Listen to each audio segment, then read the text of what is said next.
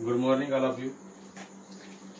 तर विद्यार्थ्यांनो, आज आपण रॅशनल अँड इरॅशनल नंबर मधील शेवटचा भाग इरॅशनल नंबर म्हणजे अपरिमेय संख्या हा भाग पाहणार आहोत।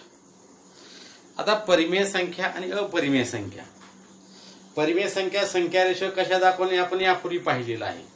आता आपण अपरिमेय संख्या संख्या रेषेवर दाखवणे त्यामधील पहिला भाग बघणार आहे आपण। शोध number √2 on a number line. तर आपण वर्गमुळात 2 √2 ही संख्या संख्या रेषेवर कशी दाखवायची त्याचं मी थोडक्यात वर्णन बोर्डवर लिहिलेलं आहे। प्रत्यक्षामध्ये तुम्हाला कृती करूनही दाखवणार आहे मी। आता वर्गमुळात 2 ही संख्या संख्या रेषेवर दाखवायची मध्ये एक संख्या रेषा मी काढलेली आहे। या संख्या रेषेवर 0 पासून सुरुवात 0 आहे, त्यानंतर 1 आणि 2। आता ओए जे अंतर आहे तो आहे पाया म्हणजे बेस, तो मी 1 सेंटीमीटर घेतलेला आहे। एक ठराविक अंतर मी 1 सेंटीमीटर म्हणून घेतलेला आहे। एपी ही तेवढ्याच म्हणजे ओए जेवढं अंतर आहे 1 सेंटीमीटर आहे तेवढ्याच अंतरावर ए पासून पी पर्यंत एपी ही एक उंची काढलेली आहे मी। हे सुद्धा अंतर किती आहे? एकच आहे। म्हणजे इथं ए पी आणि ओए ही दोन्ही अंतर समान आहेत।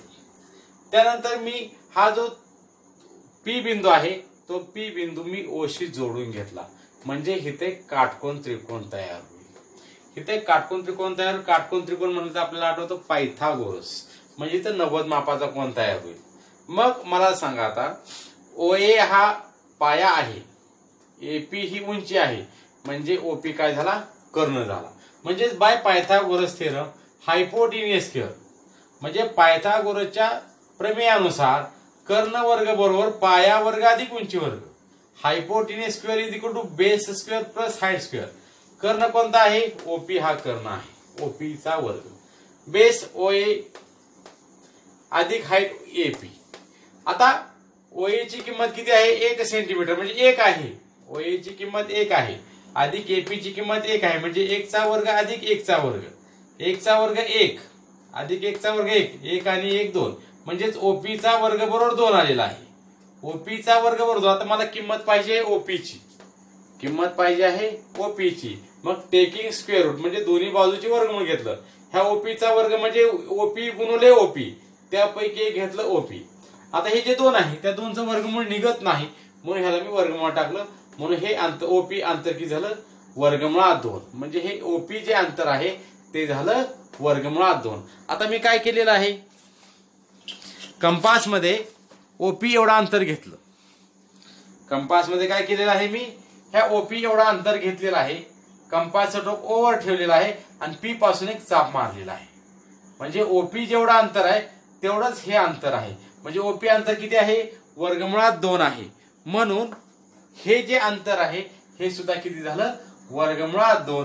म्हणजे हा जो बिंदू आहे तो आला वर्गमुळात 2, म्हणजेच वर्गमुळात 2 हे जे अंतर आहे ते ओ पासून इथपर्यंत आहे।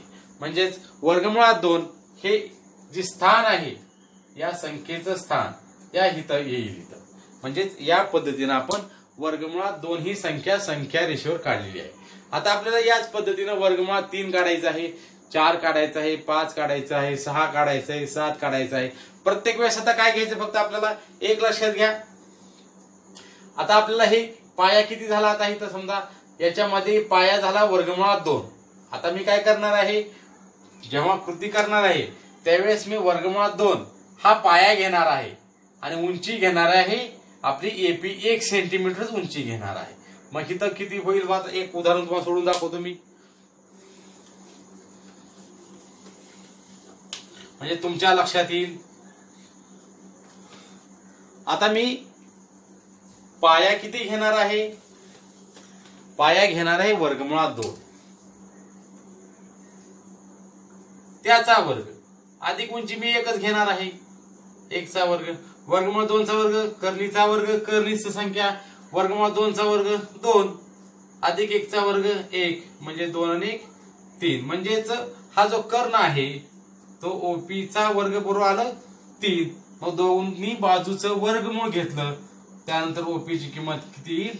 वर्गमुळात 3 म्हणजे त्यानंतर परत मी इथं असं घेणार आहे, त्यानंतर हे अंतर घेणार आणि हा जो चाप आहे तो चाप मारल्यानंतर इथं जे अंतर येईल ते येईल वर्गमुळात 3. प्रत्यक्षामध्ये तुम्हाला आता मी कृती करून दाखवणार आहे. आता प्रत्यक्षामध्ये तुम्हाला मी वर्गमुळात 2, वर्गमुळात 3, वर्गमुळात 4 या संख्या कशा काढायच्या आपण हे पाहणार आहे आपण आता. तर आता या संख्या रेषावर मी 0 ते 1 एक ठराविक अंतर घेतलेलं आहे, त्यानंतर 2, 3 त्याप्रमाणे.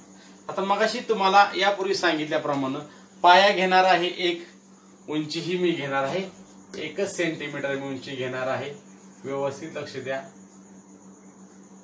पाया घेतलेला आहे मी 1, उंची तेवढीच घेतलेली आहे आणि हा त्रिकोण मी जोडलेला आहे. आता इथे मी नाव देत नाही त्रिकोणाला. मग आता मला सांगा, हा पाया झालेला आहे 1, उंची झालेली 1, म्हणजे ही जी आणि हा जो कर्ण झालेला आहे या कर्णाचं अंतर झालेलं आहे वर्गमुळात 2. आता मी काय करणार पहा, कर्णापासून एक अंतर काढणार आहे.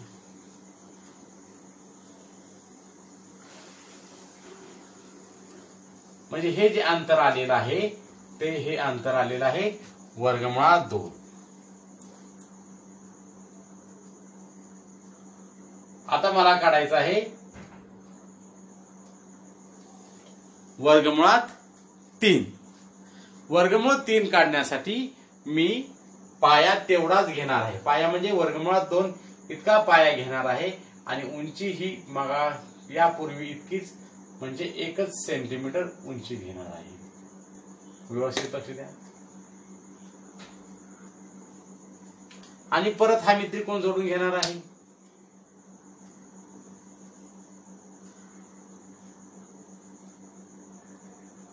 हा त्रिकोण मी जोडून घेतलेला आहे. म्हणजे तुम्हाला सांगितल्याप्रमाणे पाया झाला वर्गमुळात 2, उंची झाली 1 आणि मग कर्ण झाला वर्गमुळात 3. मग आता वर्गमुळात 3 काढणार आहे मी.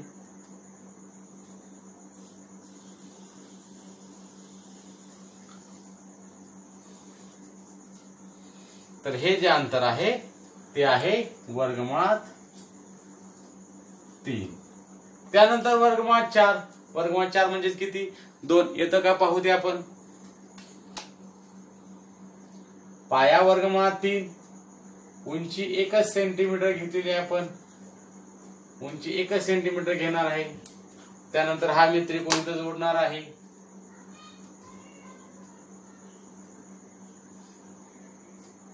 आणि त्यानंतर मी हे जे अंतर आहे हे त्रिकोणाचं जे अंतर आहे कर्ण जो आहे तो आलेला आहे वर्गमुळात 4. पहा